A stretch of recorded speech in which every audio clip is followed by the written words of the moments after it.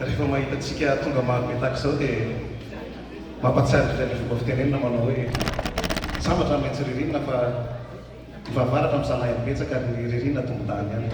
Sambatra ny ambiaty fa nazotoa tamin'Andriamanitra ka nataon'olona famantaran-taona. Fa sambatra raha samy sambatra kosa tsy ankehitriny fa mbola omen'Andriamanitra tombon'androm-pahavelomana ka afaka mihaona eto amin'ity toerana mahafinaritra ity indray amin'izao fotoana izao. Tsika izao tokoa tahaka ny tontobadina Antaninarenina sy Ambondrona ka tsy navelona kely tsy hifanatrika. Tsika izao tahaka ny Montréal sy Québec ka tsy navelona Trois-Rivières tsy hifandray. Koa dia miaravantsika tonga soa eto amin'ity ambom-pionana ity ny amin'izao anio izao.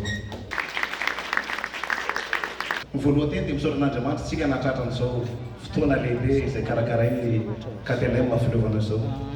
Ho an'izay tsy mahafantatra ina moa KTLM. Ny KTLM dia sampana tanora kristianina tanora loterana malagasy. Ny sampana tanora eo anivon'ny fiangonana loterana malagasy. Dia eto Canada isika amin'izao efa filovana Montréal dia misy fiangonana anankienina matetika dia ny hoe iteranao eny amin'ny vahoaka tompo ankalazanao eny amin'ny firenenao. Ny antony safidianana izany teny izany dia mba ho fijoroana vavolombelona amin'ny alalan'ny hira ary ho fitoriana ny fahatsaran'Andriamanitra eo anivon'ny olona rehetra. Ka noho izany dia tsy nisalasala ireto tanora maro anatin'ny fiangonana reto hoe tsika tsy maintsy mitera, tsika tsy maintsy mankalaza an'Andriamanitra fa maninona moa no miaraka ny rehetra fa tsy nanao mitokatokana satria mba ho iray ao anatin'ny asa fanompoana hanatanterahana ilay teny hoe mitory filazantsara ny olombelona rehetra. Paoly ary moa dia niteny mihitsy hoe fa raha mitory ny filazantsara dia tsy misy horeharehako fa tsy maintsy manao izany aho fa lozaka raha tsy mitory ny filazantsara.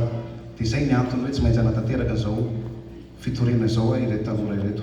Ny antony faharoa nanatanterahana ity fotoana ity koa dia ho fanohanana ny tanora ny asan'ny fiangonana izay mbola maro dia maro ahafahana mampandroso ny fanjakan'Andriamanitra. Manaraka izany dia faly miaravantsika rehetra izay tonga maro be eto amin'ity toerana ity.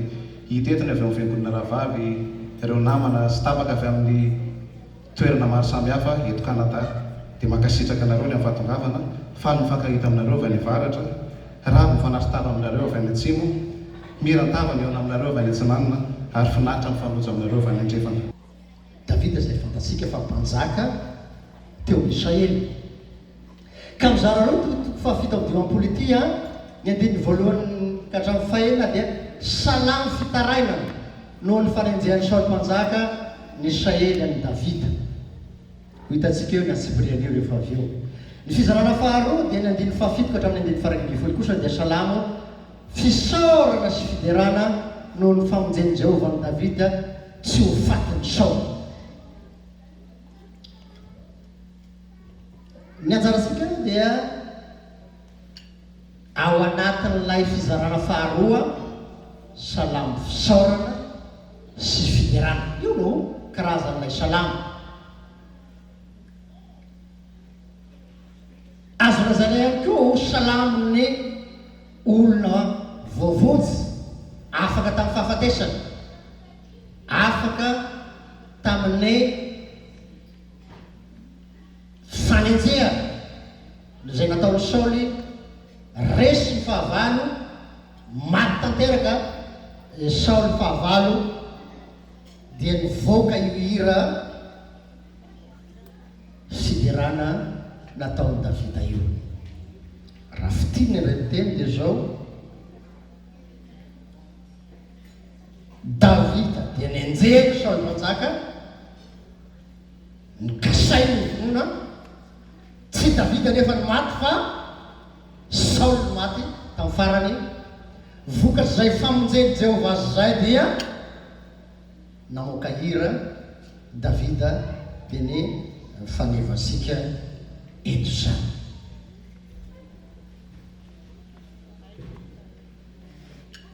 Fanontaniana kely mipetraka dia nahoana ny nenjeny Davida na nenjeny Saoly Davida. Zafady, nahoana ny nenjeny Saoly Davida? Tepaka voalohany dia fialonana. Ratsy ny fialonana io zao nahatonga an'ilay fialonana. Niady tamin'ny Filistina zanak'Israely dia resin'ny Davida i Goliath. Fantatsika sara zany tantara zany. Ka rehefa nidy avy mandresy zany Davida dia zao nataon'ny vehivavy ny hira. Mahafinaritra koa ny vehivavy rehefa mihira. Samena voalohany to fahavalo ambin'ny folo andininy fahafito ka hatramin'ny fahavalo. ovakiko izy amin'ny anaran'i Jesosy.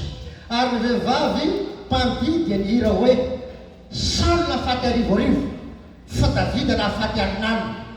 Dia tehitry indrindra Saoly fa tsy sitrany izany teny izany ka hoy izy ny any Davida nataony alinalina lahy fa ny ay kosa nataony arivorivo ihany.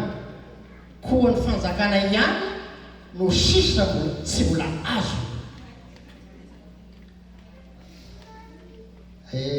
Raha filoham-pirenena tsy nidokafanao fa ny prime ministre nidokafanao masaka ianao fa tamin'izany no resy prime ministre koa fampiteny valia ity Davida ity.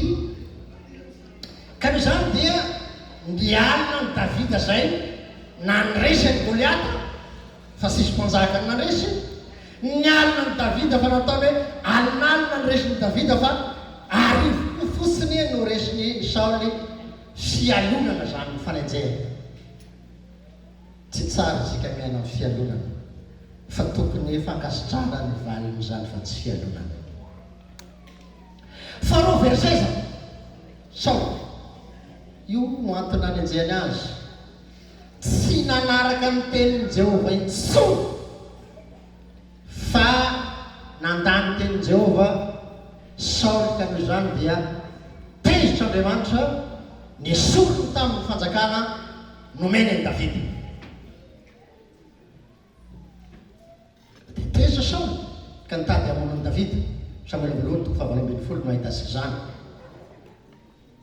Hiezaka nanezika ny Davida i Saoly. Davida niafina tany amin'izay tany lakava misy zohy vato. Maty nefa niafarany Saoly satria rehefa niady tamin'ny Amalekita izy dia tamin'ny Filistina dia namontena tamin'ny sabatra Saoly natahotra ny ovon'ny Filistina niady taminy araka ny Samuela voalohany toko fa raika amin'ny telopolo andiny voalohany ka hatramin'ny fahaenina. Davida kosa no sorany Samuela ho mpanjakany Israely araka ny Samuela voalohany toko fahaenina ambin'ny folo. Zany Jehova moa zany miteny hoe hosory i Davida ho mpanjaka. Noho izany ny fanevantsika dia fihirana vokatry famonjeny azon'i Davida. Hira ny olona afaka amin'ny fahafatesana, hira ny olona afaka amin'ny fahavalony, hira ny olona mahita ny hery sy ny falebiazan'Andriamanitra sy ny voninahiny, hira ny olona mohontsy, hira ny olona mahita ny fitiavan'Andriamanitra azy, hira ny olona mahita ny hatsarany sy ny manana ny Jehova ho Andriamanitra. Noho izany ny hira ataon'ny koralina eto dia mamaly tsara an'io. Inona no antony hiran'ny koralina eto?